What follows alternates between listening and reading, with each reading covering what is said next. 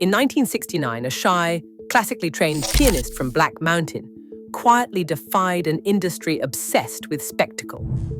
Roberta Flack's restraint was not a weakness. It was her most radical act. What did it cost a woman to wield such soft power when the world demands that you be loud? The answer begins where her discipline was forged.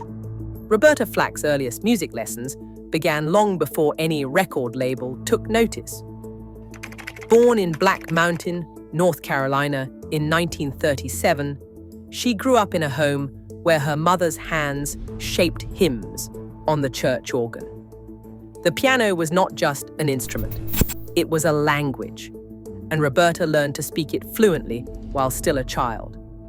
By the time she was a teenager, her talent was unmistakable. At age 15, she earned a full scholarship to Howard University, one of the youngest students ever admitted to their music program. There, her days revolved around Bach's counterpoint and Chopin's nocturnes, hours spent at the keys practicing restraint, never rushing, always listening for the shape of a phrase, the breath between notes. Howard was not just a place of achievement, it was a place of solitude and rigor.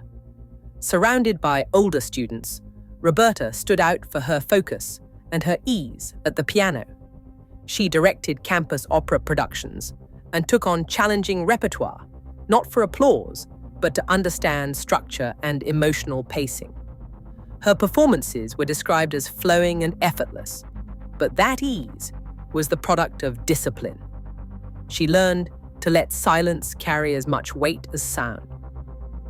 After graduating in 1958, she took on the role of teacher, first as a student instructor at Howard, then as the first Black teacher at a previously all-white school in Maryland. She gave private piano lessons and worked as a church choir organist, roles that demanded patience and clarity rather than spectacle. In these years, Roberta was not yet a star. She was a musician in training, quietly building the foundation for a style that would later slow time itself. Her restraint was not a limitation. It was a skill practiced daily until it became instinct. Evenings at Mr. Henry's didn't draw the city's loudest crowds, but the room filled with a kind of attention that can't be faked. Roberta Flack sat at the piano, her playing unhurried, her singing so quiet that people leaned forward just to catch every word.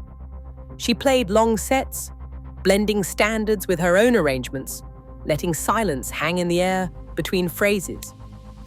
Patrons sat close, almost holding their breath.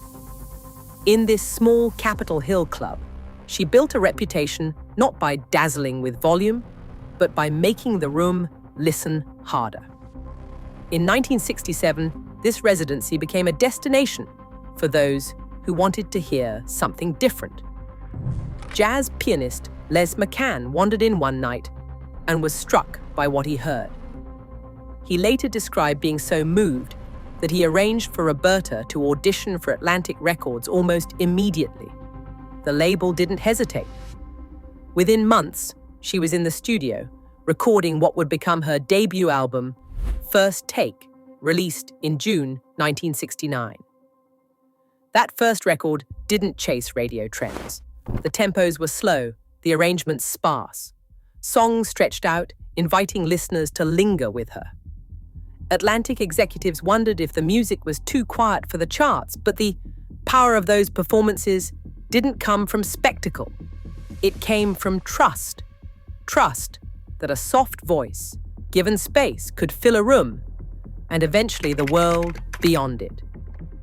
The listening rooms of Washington had prepared her for this. Every choice, every pause was deliberate. And in a business built on noise, Roberta Flack's calm became her calling card.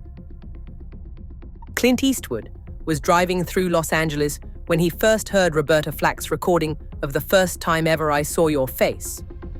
The song, already 2 years old, drifted through the radio, unhurried, almost suspended in time.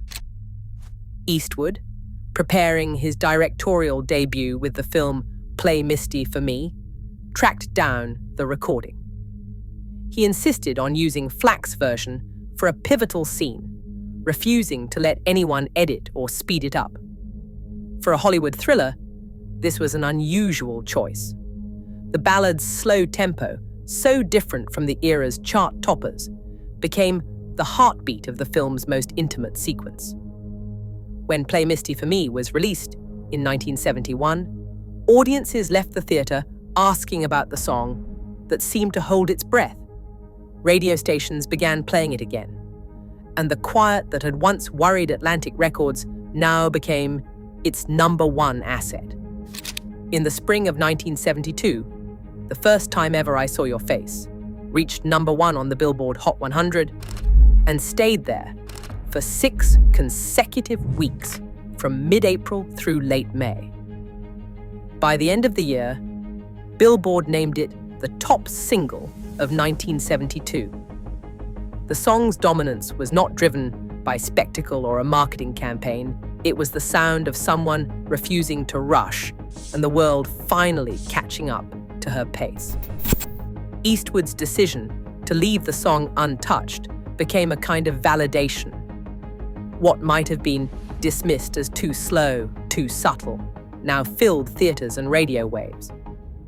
The restraint that defined Roberta Flack's performance, her willingness to linger, to trust silence, became the very thing that drew millions in. For a brief moment, the music industry had to admit that power could sound like patience, that a soft voice, given time, could carry farther than anyone expected. The music industry, eager to capitalize on Roberta Flack's sudden success, moved quickly to define her sound for the public. In 1973, she became the first artist to win the Grammy for Record of the Year 2 years in a row. First for The First Time Ever I Saw Your Face, then for Killing Me Softly with his song in 1974. These back-to-back awards were rare, an institutional nod that her approach had undeniable reach. Yet as her records climbed the charts, the language that surrounded her grew narrower. Press releases and magazine profiles leaned on words like smooth, velvety, and easy listening. The industry favored descriptions that made her music palatable and safe, even as her arrangements demanded careful attention and her performances required technical mastery. This framing was not accidental. Marketing campaigns steered her toward adult contemporary radio and supper club stages, emphasizing her gentleness while downplaying her authority as a pianist, arranger, and bandleader. The same qualities that set her apart, her restraint, her control, her refusal to shout, became the very traits used to box her in. Terms like sophisticated soul and quiet storm placed her in a genre apart from the fiery, gospel-inflected powerhouses who defined Black women's vocal expectations in that era. She was celebrated, but also simplified. Roberta Flack understood the limits of these labels. When she took the rare step of producing her own album, Feel Like Making Love, she did so under the pseudonym Rubina Flake, a quiet assertion of autonomy in a field where Black women producers were nearly invisible. The choice to use her legal name as a shield was both practical and pointed. It allowed her to claim credit without inviting the scrutiny or skepticism that so often greeted women, especially Black women, who stepped behind the console. Even at the height of her acclaim, the price of softness was clear. To be heard, she sometimes had to hide in plain sight. When Roberta Flack and Donny Hathaway began recording together in the early 1970s, their partnership was built on a rare kind of musical trust. Their voices met in the middle, never competing, never crowding each other. The 1972 album, Roberta Flack and Donny Hathaway, produced songs like Where Is the Love, a duet that became a quiet anthem for connection. Behind the scenes, they worked slowly, shaping harmonies and arrangements with the same patience Roberta brought to her solo work. But the closeness that made their music so intimate also made the losses sharper. Hathaway's struggles with mental illness sometimes pulled him away from the studio, and in 1979, his death left a silence that lingered. Roberta carried that absence with her, drawing firmer lines around her boundaries and her private world. The music they made together stands as a testament to what can be built when two artists let down their guard, and to the cost that comes when one is left behind. Roberta Flack's quiet influence did not fade as the spotlight shifted. She poured her energy into education and advocacy, shaping young musicians through mentorship and supporting creative causes with the Roberta Flack Foundation.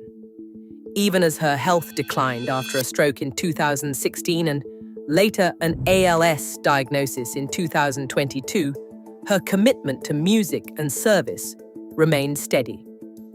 Live performances grew rare, but her presence lingered in the projects she championed and the artists she encouraged. In 2020, the Recording Academy honored her with a Grammy Lifetime Achievement Award, recognizing decades spent changing what strength in music could sound like. When she died in 2025 at age 88, the world remembered not only her voice, but the boundaries she kept and the freedom she found in choosing when and how to be heard. In a world where volume still masquerades as strength, Roberta Flack's legacy is a reminder: quiet intention changes what endures. Her restraint is not a relic, it is a challenge. Today, subtle voices still confront the same noise. Sometimes, the most radical act is to remain unmistakably yourself. Thanks for listening.